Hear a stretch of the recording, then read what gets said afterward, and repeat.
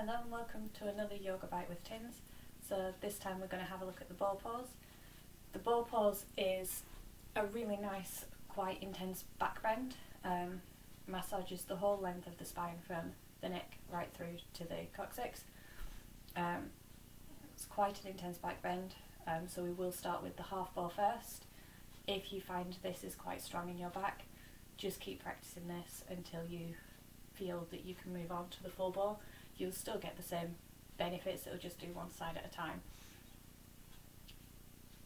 The benefits of the back bend are not only the fact that it increases the flexibility of the spine through bending the whole spinal area, but it also opens the chest area, so it's really good for people that are suffering from asthma, or even people that are hunched over the desk all day and find themselves slouching forwards.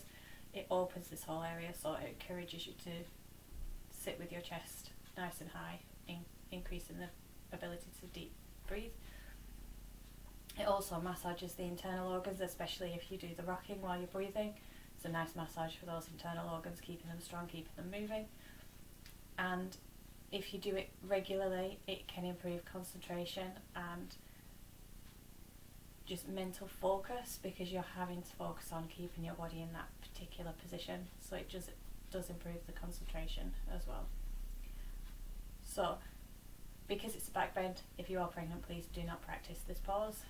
It puts far too much pressure on the abdomen and can cause damage to the unborn child. If you've got neck or back problems, again, don't practice this pose without speaking to your doctor and having an actual teacher there with you. So we're going to come and lie down onto our front.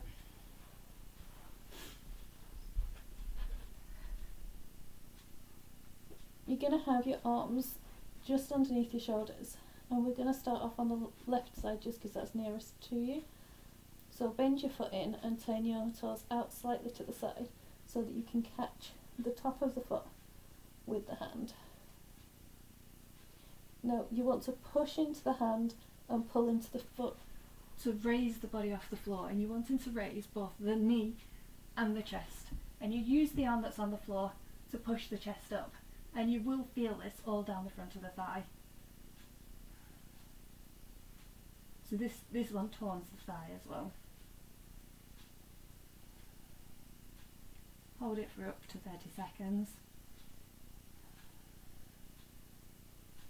And then exhale, and releasing that down. And then we'll come onto the other side, and I'll stay this way around so that you can see what it looks like on the other side. So again, bringing the foot into the butt, turning the toes out slightly so that you can catch them with the hand. And then you're wanting to push into the hand and the foot to lift the knee and the shoulders. And then you're pushing into the arm, this flat arm, to raise the chest up a little more and increase that back bend.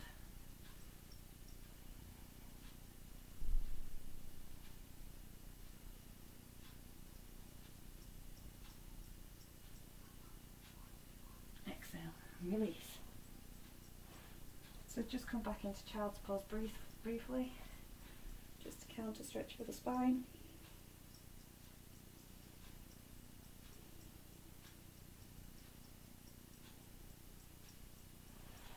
So you can either stay in that half bow pose, which some people might actually find more difficult than the full bow, because it is slightly one-sided, it's asymmetric, and for some people that can actually be more difficult. But if you find the bow too intense on your back, it is good to just stay in that half bow pose initially. So now coming into the bow, again lying down on your front,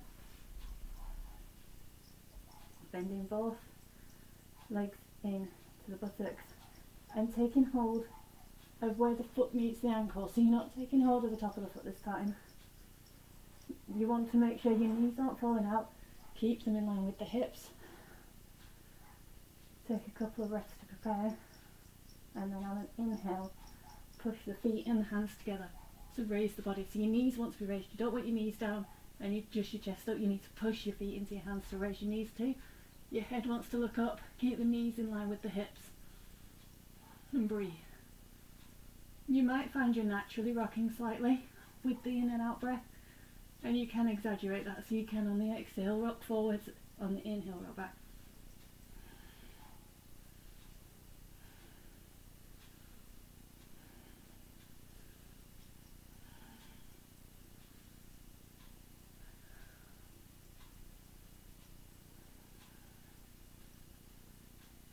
So lower the body to the ground, release the legs, and again coming back into that child's pose as a counter stretch.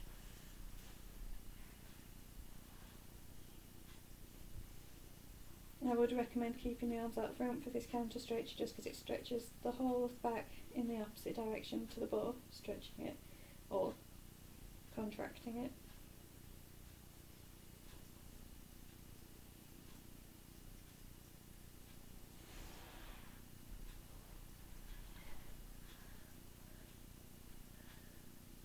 So that is the bow pose. Like I said, very good back bend. Very good one to add into your practice on a regular basis. There are